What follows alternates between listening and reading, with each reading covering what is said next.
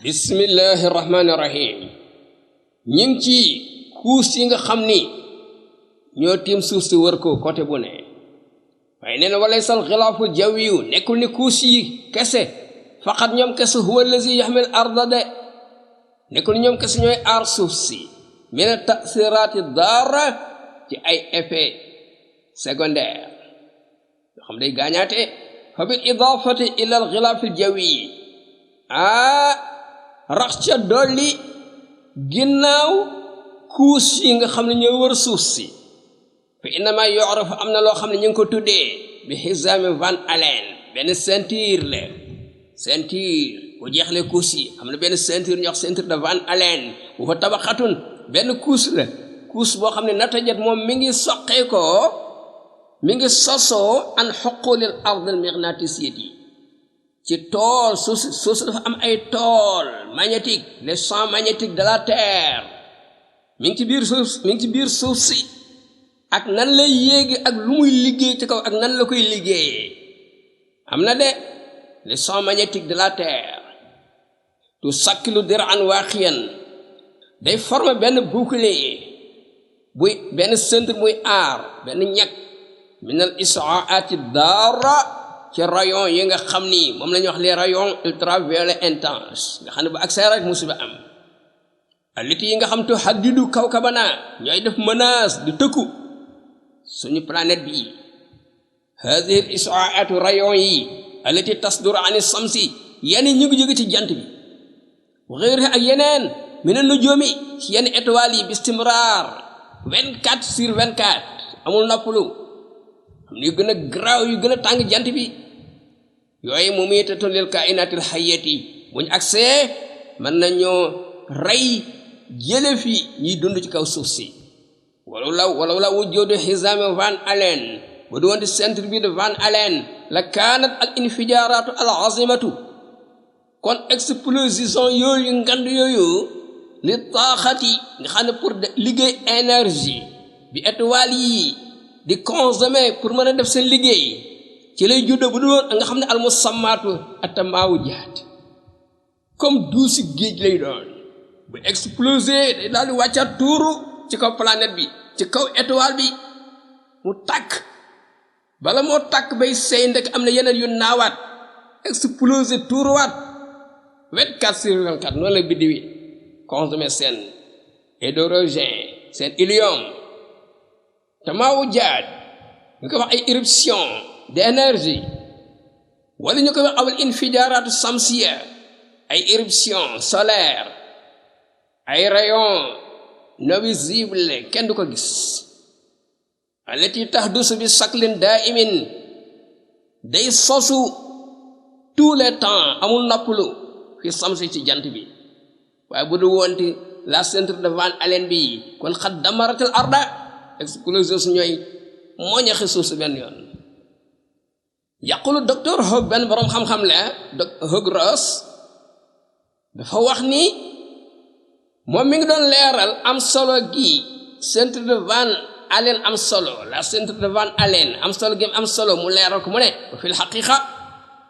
biñu gëstu gis na ni inal arda suusi ñi dund ni ñun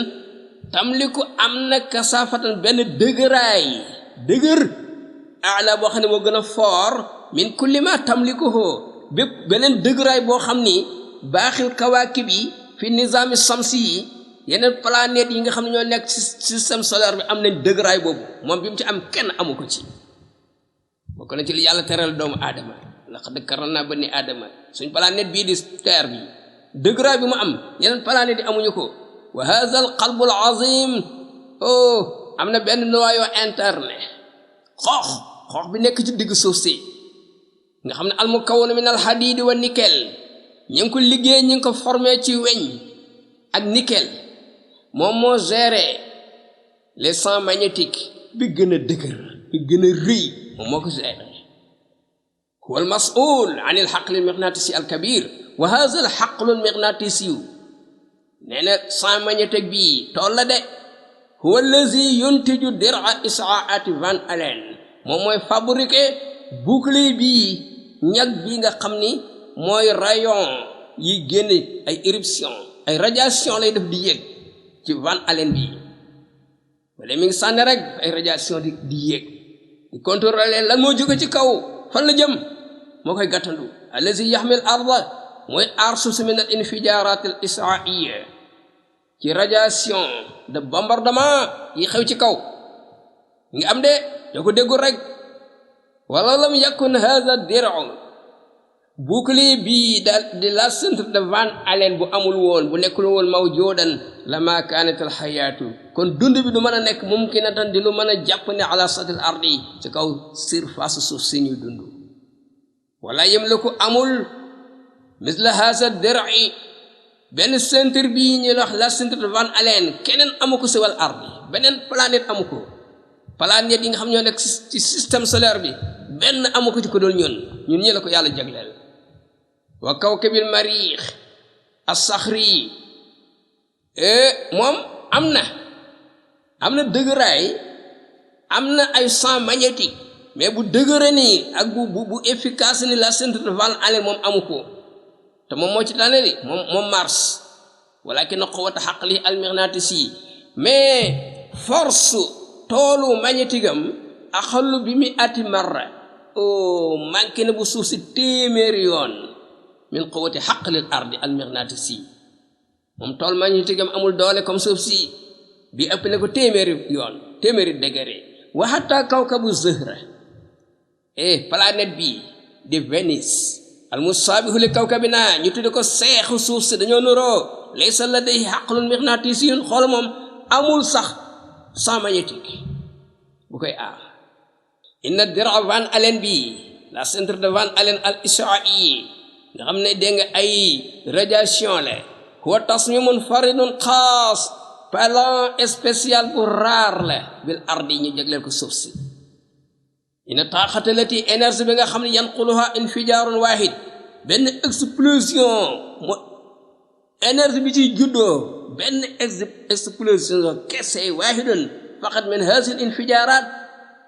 ci explosion yi